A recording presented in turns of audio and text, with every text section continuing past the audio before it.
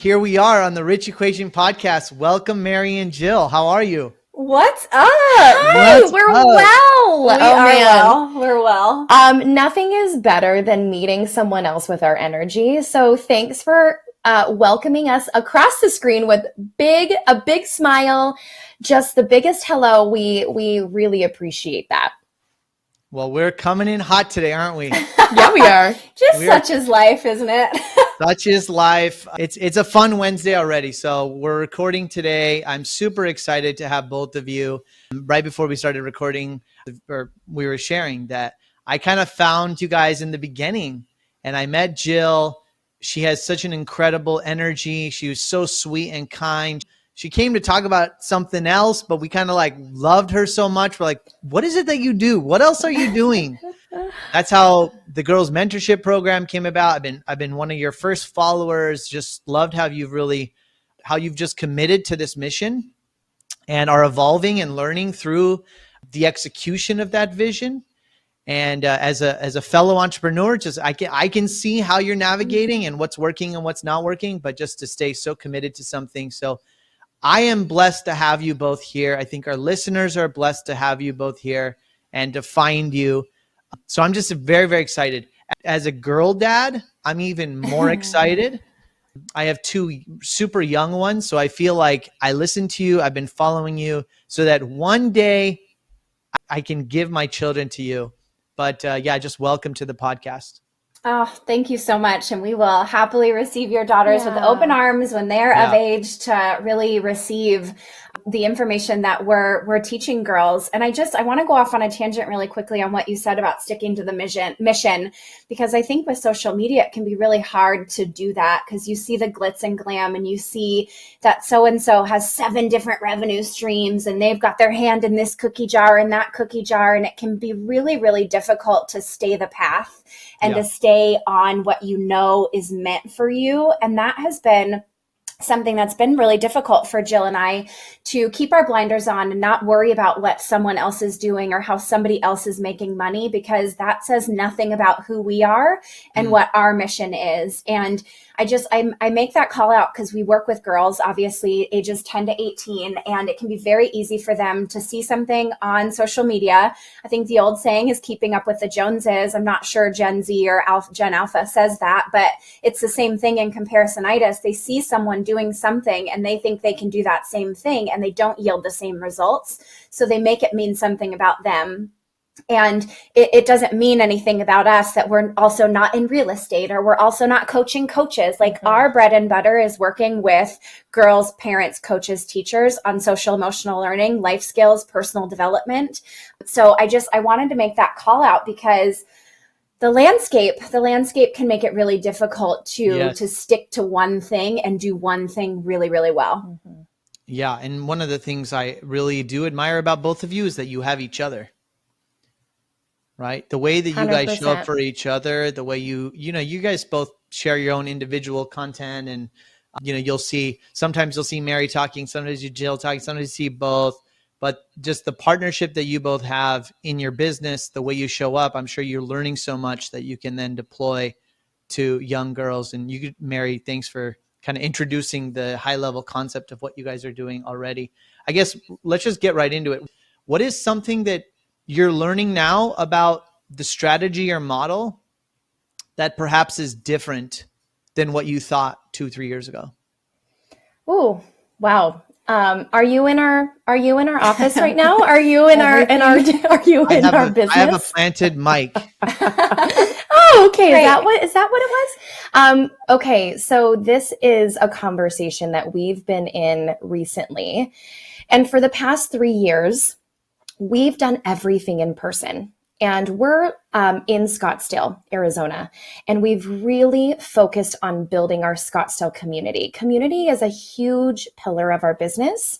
Being in person, connecting, outreach, that is our bread and butter. We love doing it. And what we've noticed over us putting our mission out there online, more people are finding out about us from all over the US and all over the world. Right. So then when they reach out to us and they're like, hey, come on over to Mexico or come to Florida. We're like, okay, well, there's only two of us. And it's making us think bigger.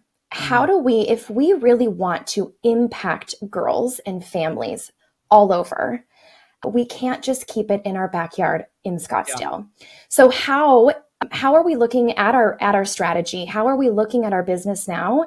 And not to say that we're completely burning everything down, but how do we elevate it? How do we take what's working that has worked for us, and how do we put our efforts in creating programs online for girls and their families to reach us and access us at any time? So really that's phase 2 of Girls Mentorship, is taking our curriculum that we've developed over the last 3 years and putting courses and programs online for people to access us at any time. Because really what we've noticed too is the barrier of time and scheduling. Yeah. We've tried to fit into everybody else's box. Well, and we picked a really interesting niche because kids go to school. So from 8 to 3, 8 to 4, they're in school, which leaves us a very small window of time to actually get in person with girls and families without having families juggle.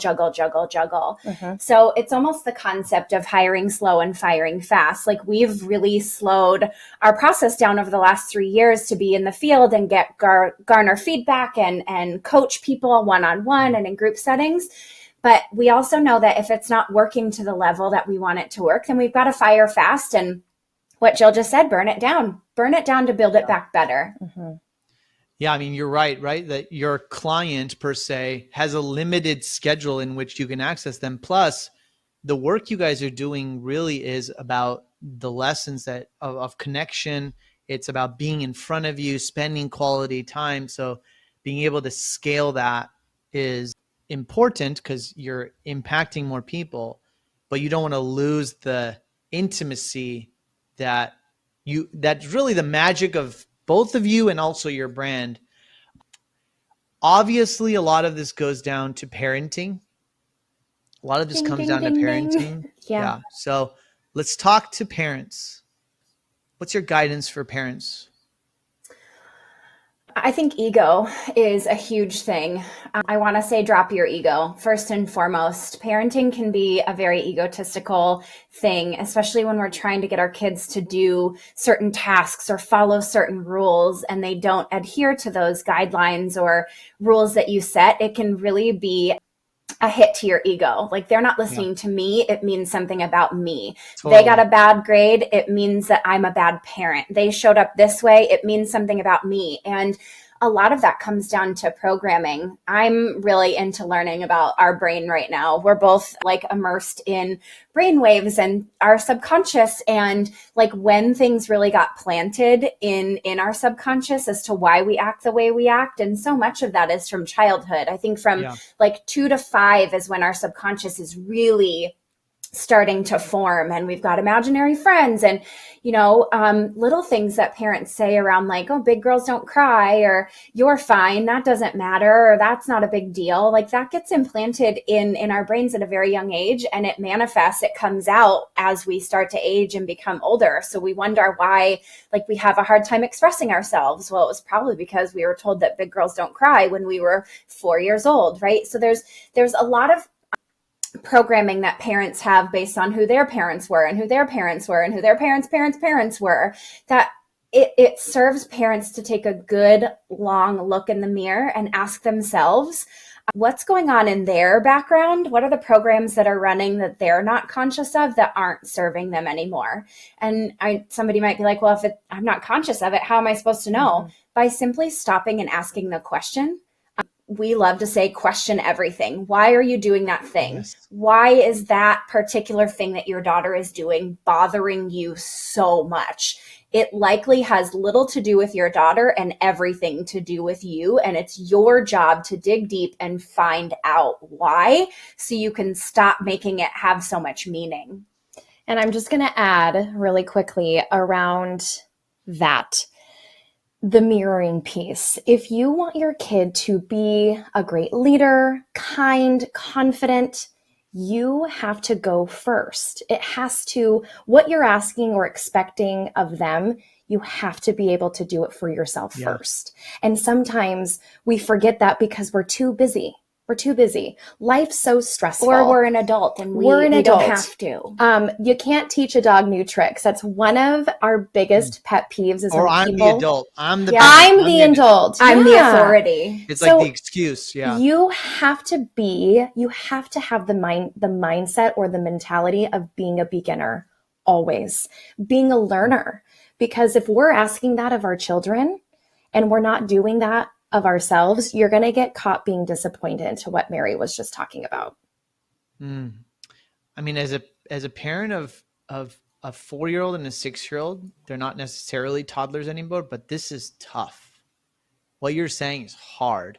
And I catch myself all the time. I remember my wife, who's much better at this than I am, used to teach these things to my young one, our oldest one. And when she was like 3 years old, my wife must have done something or got upset with her. She's like, my 3-year-old is like, Mom, this really is more about you than it is about me. That's our girl. What a wise 3-year-old. Wise 3-year-old. But, we still fall in the trap as a parent and we're still working on it. And I think one of the things that I'd love you to comment on, again, staying with parents for a minute, is that everyone is on social media now. And as a parent, it's so easy to compare yourself to other parents. You see these kids that are on social media that are doing amazing things, that are doing these TikTok videos. I don't care whether they're 2 years old or 16 years old. Like, you just see the 1%. You see the perfectly cropped thing online. So then you think as a parent, why is my kid not doing that? Why can't my kid do that? Why is my kid not behaving that way? And I think it just reinforces this behavior of anytime they don't do things that are programmed in us that are normal. So what do we do about that? How can we kind of break that down? Do we stop looking about all that stuff? Because I think sometimes it can also be inspiring. Some of it can be like, wow, I want a parent like that. Or I want to behave in a way that parent is. I think it's pulling me up. Or it's maybe that's a skill that I want my kid to learn. Like I want my kid to feel more confident in this way. And I want that to pull my kid up. But it's really easy to get trapped in that comparison. So I'd love you to comment on that. There's so much to unpack there. So thanks for setting us up for some good dialogue coming up here. But first off, I know who I'm dealing with. Coming with a good question. Then you know this next line. I think it was the great prophet Ice Cube who said, you better check yourself before you wreck yourself, right? Damn straight, yeah. It's all about perspective. And I think that's such a good point in terms of, yes, can we use people as inspiration? I mean, by show of hands, audience members here, how many of you have had a good boss and how many of you have had a bad boss, right? You get inspiration from both. Yeah. From the good boss, you're like, oh my gosh, like if I'm ever a leader, if I'm ever somebody who is managing a team, I want these qualities. I'm deriving them from this person. On the flip side of that, if it's a bad boss, you're like, oh my gosh, I'm never going to do that. And I think it's the same in terms of social media, because you're right. We all have it. We're all spending an exorbitant amount of time on it. Especially if we're not careful. Obviously, doom scrolling is a big thing.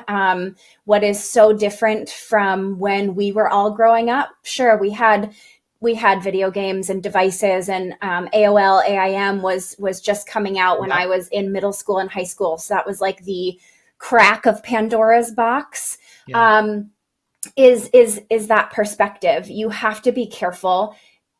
And remember that people are showing you what they want you to see. Just because they're putting a video out of their child minding their manners, quote unquote, doesn't mean that that's how it is 100% of the time. They're likely showing you the 1% of the time. That's exactly right. Yeah.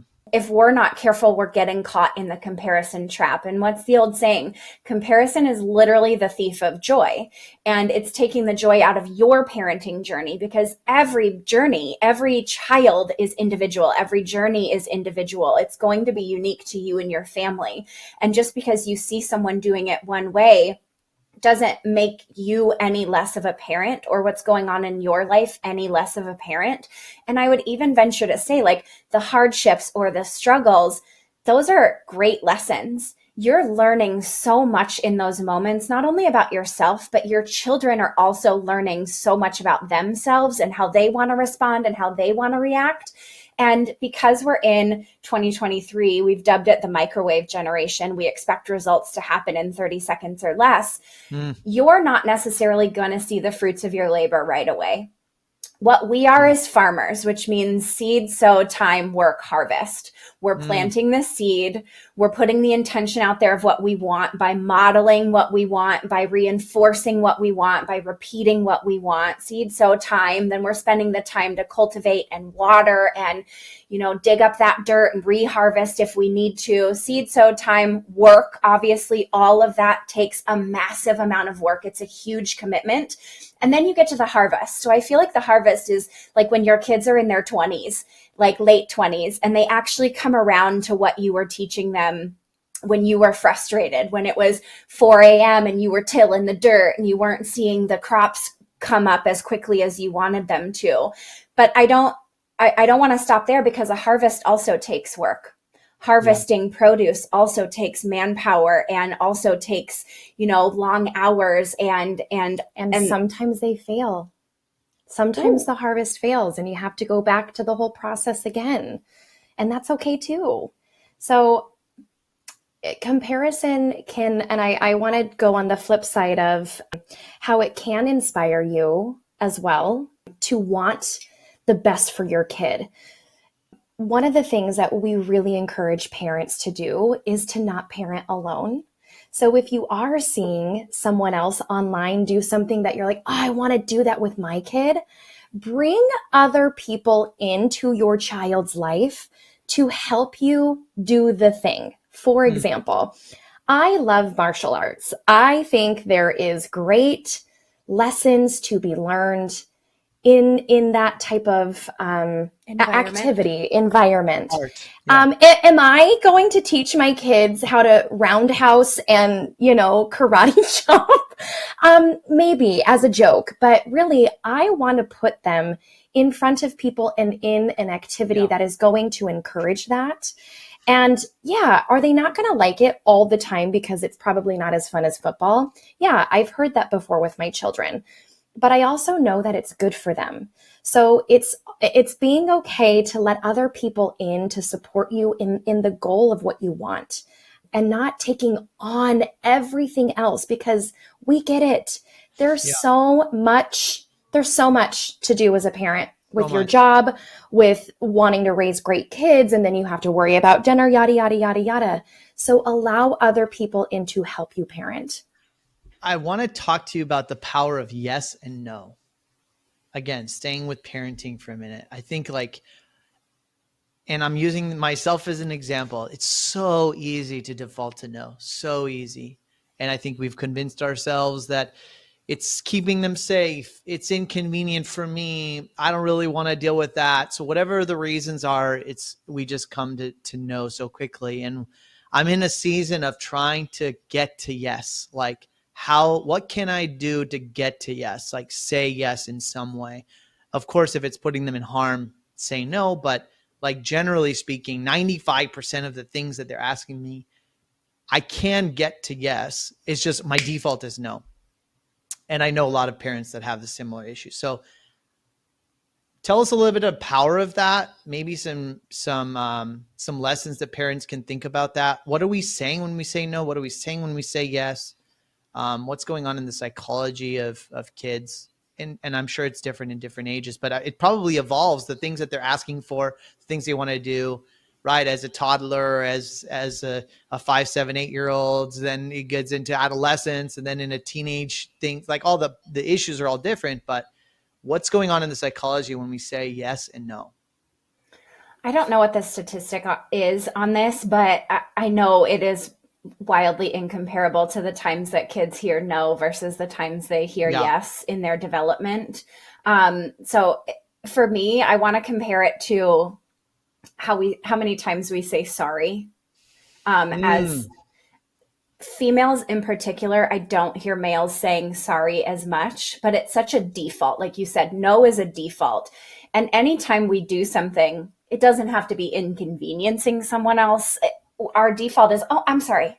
I'm sorry. I'm sorry. Oh, I'm sorry. I'm sorry. I'm in your way. I'm sorry I did that. I'm sorry I coughed. I'm sorry I sneezed. Like all of these things that we don't necessarily have control over, our default answer is, I'm sorry. And in our subconscious, that is no longer apologizing for the act. It's apologizing for your own existence. So I want to make that comparison, because the amount of times that we hear no, and we do make it a consolation as far as like, well, I'm just trying to keep my kids protected. And, or what you said, it's like, is it convenient for me? No. So I'm going to say no. But the fact of the matter really is, we didn't have kids to raise kids. We had kids to raise adults.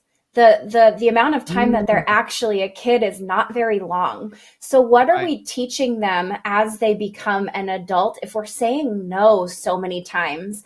And we follow someone on social media. I have no idea who it is, but I recently saw her do a story on it, and like succumbing to a compromise, basically, of having a yes day, where mom and dad said yes to everything that their kid wanted within reason. Obviously, if it was dangerous, it was a no, but it was like practicing, because our default is saying no. So how do we present opportunities for us as a family to say yes? Because is it going to be silly? Are some of the requests going to be like laughable? Abso-freaking-lutely. A 4-year-old is probably going to ask you to put on a princess costume and go trounce around the park. But what is that hurting you, right? That's only making her know that regardless of her ridiculous requests, dad is okay with that. Yeah. Dad understands where her imagination is and wants to play along. And I think that feeds into the development, right? So if we say no, or we say, Mom, can I talk to you about this? I'm having a hard time. Not right now. That's even a no, really, in a child's mind. And what does that do to a child's mind as the child begins to develop? They no longer want to come to you as situations become more serious for them, or they have bigger hardships or bigger feelings as they start to age, because they know that your default answer is not right now. No, I'm busy. No, I'm at work. No, I'm doing this. So no for them is a stop sign. And it means, okay, mom and dad don't have the time for me. They don't have the space for me. And that gets ingrained in their head. And people wonder why kids don't come and talk to them. People wonder why kids shut it down and don't talk to them about their feelings, or don't carry on conversations. We have to be very mindful of how many times we do say no, and in what situations we say no in, because that is teaching our kids how available we are emotionally, mentally, time-wise, for them, for their life. Yeah, things are caught, not taught.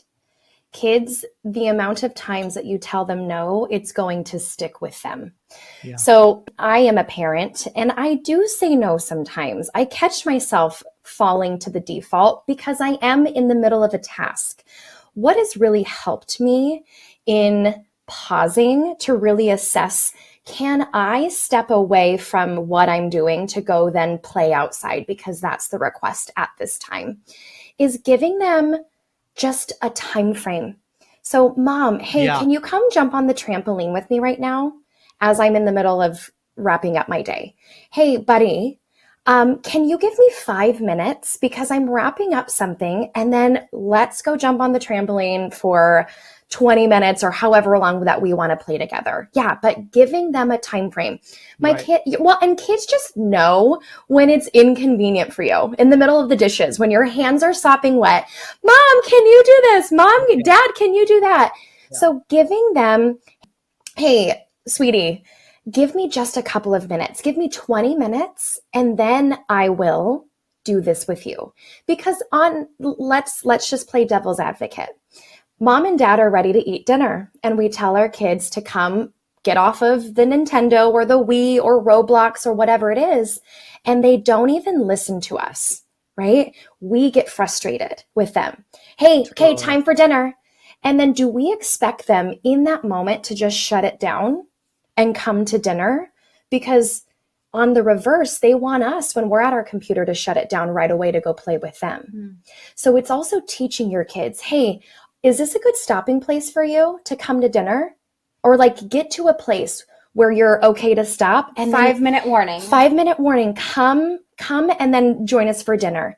Because it's going to what we've been talking about. Developmentally, they're going to be the adults that their kids are then going to ask to play with. And they don't know how to deal with it. And it's then going to cast this yucky feeling for their child because they never got to, or it was never taught to them. Well, and it goes back to what we mentioned earlier about the parent being the authority figure, right? Yeah. Because I said so. Come to dinner because I said so right now. Shut it down. Now. And there are points in time where now with a period, 100%. Not a question mark. Say sorry you're late. Yeah, exactly. Say sorry to your little sister. We love the saying that clarity is kindness. And in order to get to clarity, you have to communicate. You have to show them what you want them to do if you're going to expect them to do it and do it with excellence. But at a certain point in time, you can't be the one dragging them. You have to show them and then get out of the way and have them drag you. You need them to lead you. You need to make sure they know how to do the task with excellence before you say, okay, then these are my expectations. The bar is now set. But in order to get to that point, you have to communicate that that's what you want. You can't just have the expectation, because so much of what we see and what we work with within families is expectations that are just there. No one talked about it. No one said anything. They are unspoken expectations, and that is unrealistic. I love that. Okay, let's go to kids now. What are kids suffering with? What are kids struggling with? What are you helping kids through right now? What aren't kids struggling with, I think, is a better question.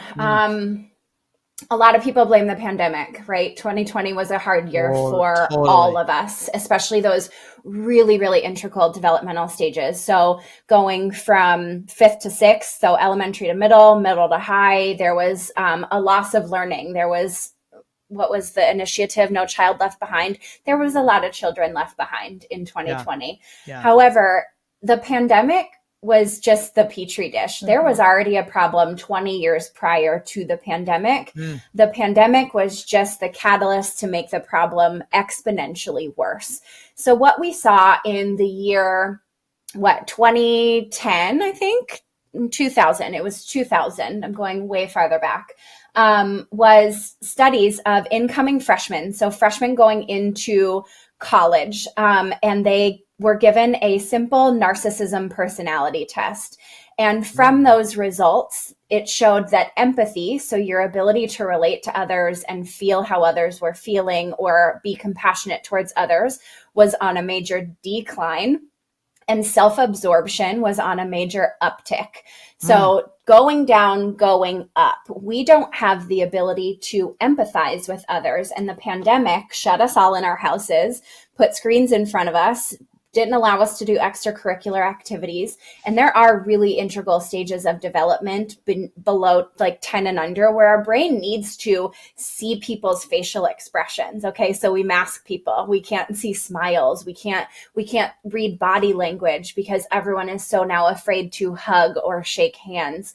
So that has stuck with a lot of kids. So we're helping kids with basic life skills. Confidence was an issue when Jill and I were in middle school and high school. We struggled with the same things kids are struggling with now. So the root is the same, but all of the other add-ons are essentially different. A lot of parents like to say, well, they're just doing the same things we were doing. They're struggling with the same thing we were struggling with. But what parents fail to realize is big tech is on the other side of everything that your kid is doing. And they're figuring out how to make your kid more addicted to what it is they're doing. We didn't have that problem. No one was on the other end of our corded phone besides our friend saying, how do I get them to stay on the phone longer? Right? That was our own devices. Parents now there's completely disadvantaged there. Oh, something someone said to us the other day was, I feel like my kid is outpacing me because they understand more of what like social constructs are and where like what sexism is. So we're helping kids be kids and learn how to, you know, get through friendship drama, communicate healthy boundaries, understand what they value so they can make decisions from what they value. Self-image, self-esteem, those two things put together equal self-confidence. So we're helping them understand what those three different things are separately, how to put them together in order to show up in a room with your shoulders back and your head held high. It's crazy where we're at in terms of our kids, Gen Z, Gen Alpha, and how different they are from us. And different doesn't mean worse. Different doesn't mean better. It just means different. And they are hugely lagging or completely lacking in social skills, emotional intelligence, being able to read a room or trust themselves at the very least. So that's where Jill and I step in to introduce these tools and skills for them to feel good about who they are, because anxiety, depression, mental health disorders are through the frickin' roof right now. Suicidal ideations, it doesn't look like attempts. It's going to get any better. Right? Oh no, we're in for the long haul. Well, and our job isn't to help. Our job isn't to tell parents how to parent. We're here to guide them so that we can potentially be the mirror for them to be like, whoa, I need some support here. What also is on the uptick is failure to launch. Our kids are not ready for the real world because they don't have the skills. For example, if you ask any tween or teen right now, I would even say 19, 20, like early 20s, kids now don't even text each other. They Snapchat each other. That is, they don't ask for each other's phone number. It's what is your Snapchat handle? That's how they communicate. Now, let's say they go to college or they get a job and there's an expectation around communication. There is a total miss because they don't know how to navigate that world because they were never shown. And the amount of kids moving back in with parents is staggering. So my parents who are listening to this, who have older kids, really take a peek at the things that we just expect our kids to know. And do they actually know it, or have they been shown it? I was just going to say, have they been shown it? Because as parents, are we quick to hop on the phone? Do our kids understand tone of voice? Like, we're more texters too. So we're not actually showing them inflections or raising our voice, lowering our voice, showing compassion and empathy through our tone. We're not hugging. Like, they're not hearing interactions. They're not necessarily even seeing interactions. I mean, we ran into somebody the other day who said she hasn't come out of her house since COVID. And I know that is a small minority. I know a lot of people have gotten back to normal, but there still are people who are afraid of physical touch because of what could happen. So are your kids seeing you shake hands? Are your kids seeing you embrace other people? Do they know that that's appropriate? Because if they're not seeing it, they have no idea. If they're not hearing it, they don't know. You know, the lady that at my kid's school who holds up the sign to let kids cross the street is named Mary. No way. What a She's gal. such a sweeter old lady. She has this like really loud freaking whistle, and everyone just walks by her. And she gets out there, holds up the sign, lets people cross, and no one talks to her at all. And we actually don't cross the street. Yeah, exactly. So I was telling my daughter, you need to go up to Mrs. Mary every day and say, "Hi, Mrs. Mary. Great job. Thank you so much." You don't even cross the street. You're going around the corner, but there's other people going, and it'd be nice if somebody were to tell Mrs. Mary, "You're doing a great job, Mrs. Mary. Thank you so much." So we make it a point. And she was asking me this morning, she's like, why is that important? Why you keep telling me to go say hi to Mrs. Mary?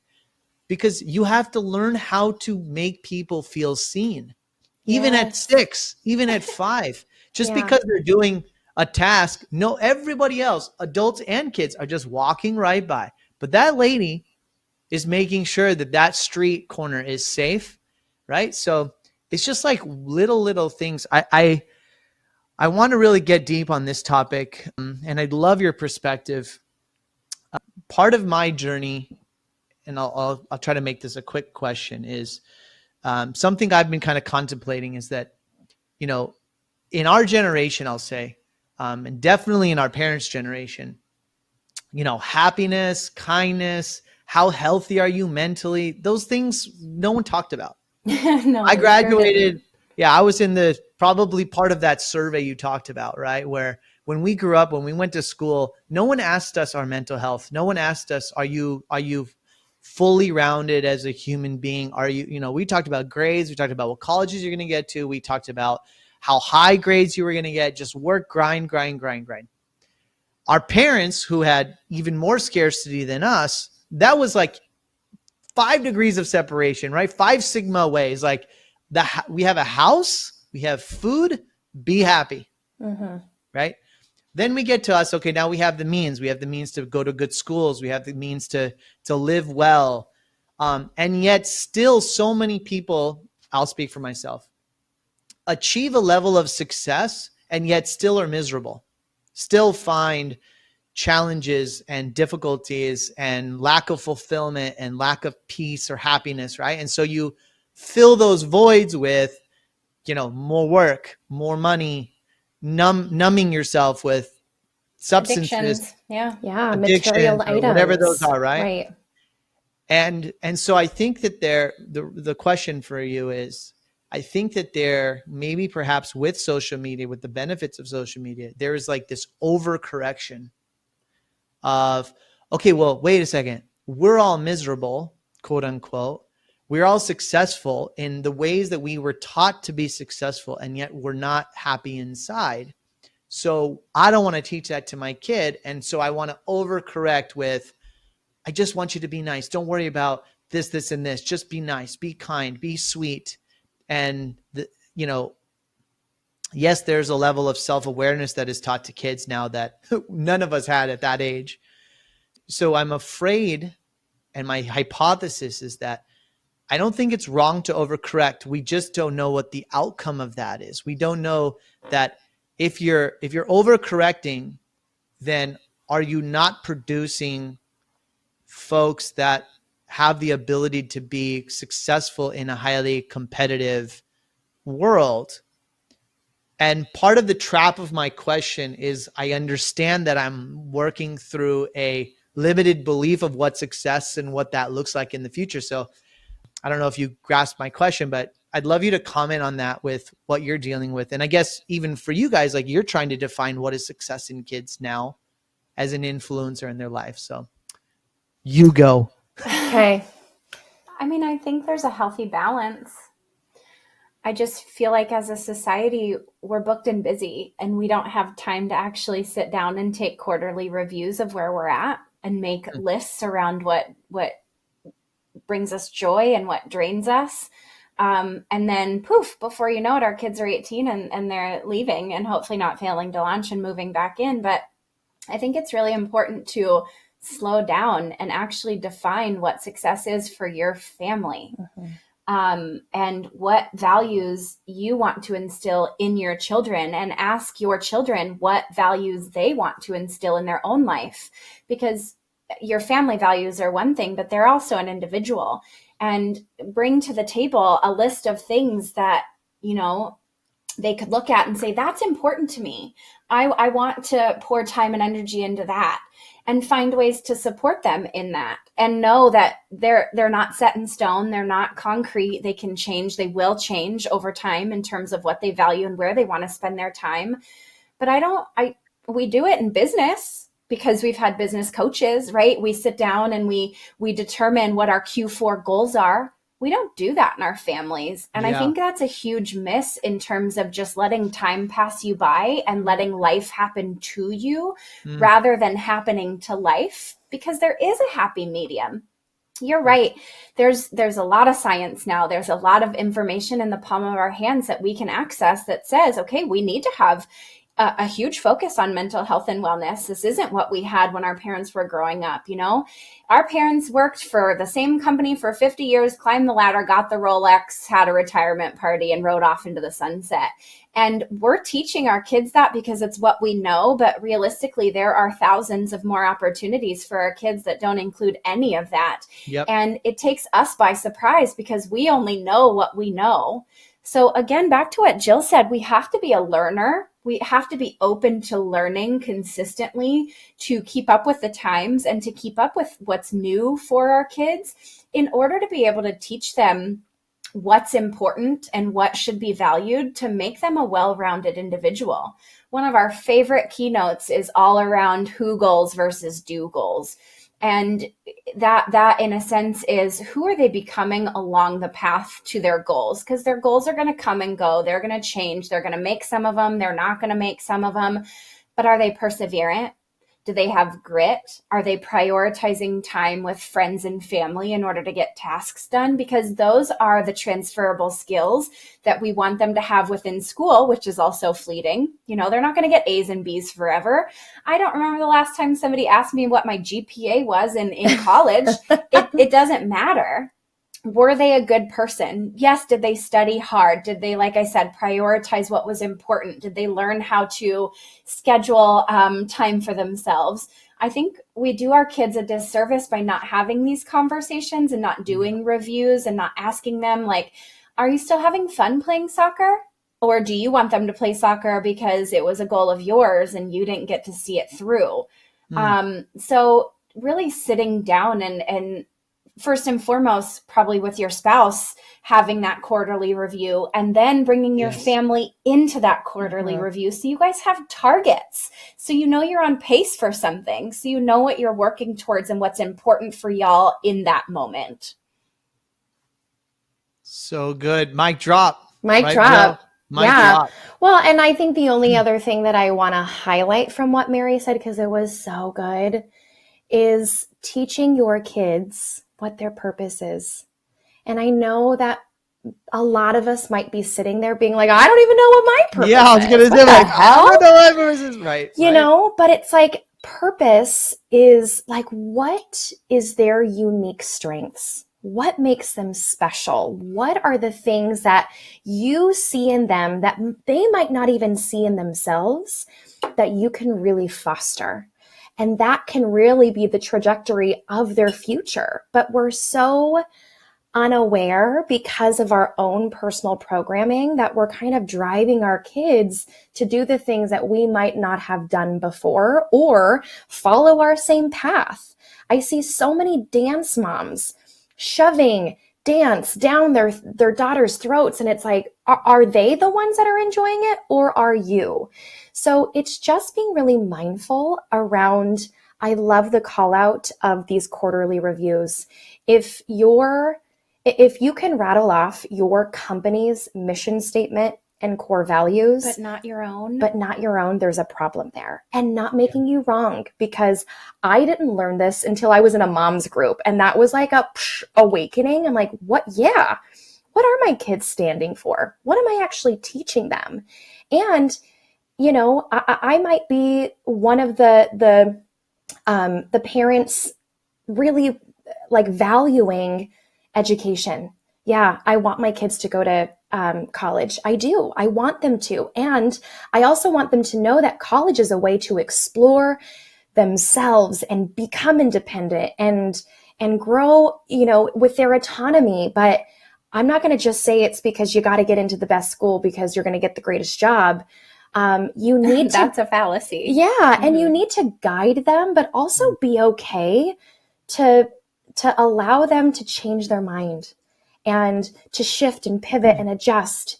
but loving them through that, because if they don't have guidance, if they don't have values, they are going to look to their friends. They are going to look to YouTube. They are going to look to the internet and everybody else, everybody else to tell them who they are versus the people that love them the most to show them the way.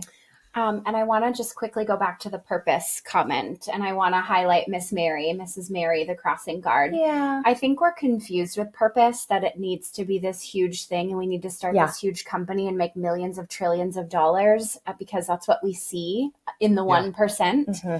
Yep. Mary's purpose is helping people cross the street. Amazing. And she's amazing. Yeah.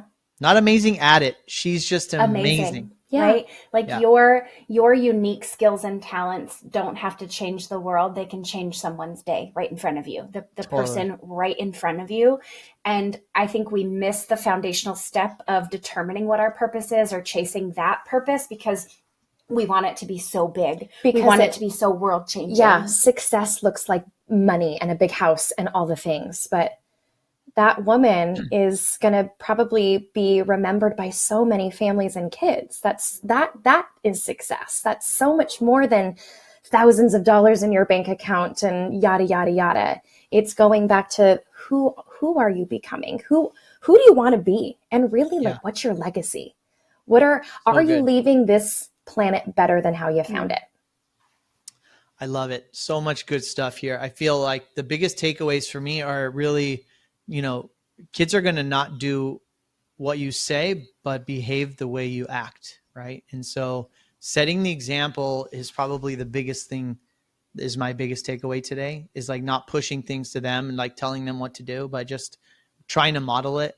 And a really fast to do or an action step is like coming up with a family mission is something that is so simple. And yet, why don't we do it? And then just having formal quarterly check-ins on a Saturday, on a Friday night. Make it fun. Family meeting. Go to dinner. Make it fun. Meeting. Yeah. What questions, as we wrap up, maybe some fire questions, what questions do you encourage us to have at the dinner table? Ooh, love a good peach pit moment or rose thorn. That mean? That means, tell me about your day. Don't just like an open-ended, how was your day? Good, right? Period. Did you have a good day? Yes. No, period.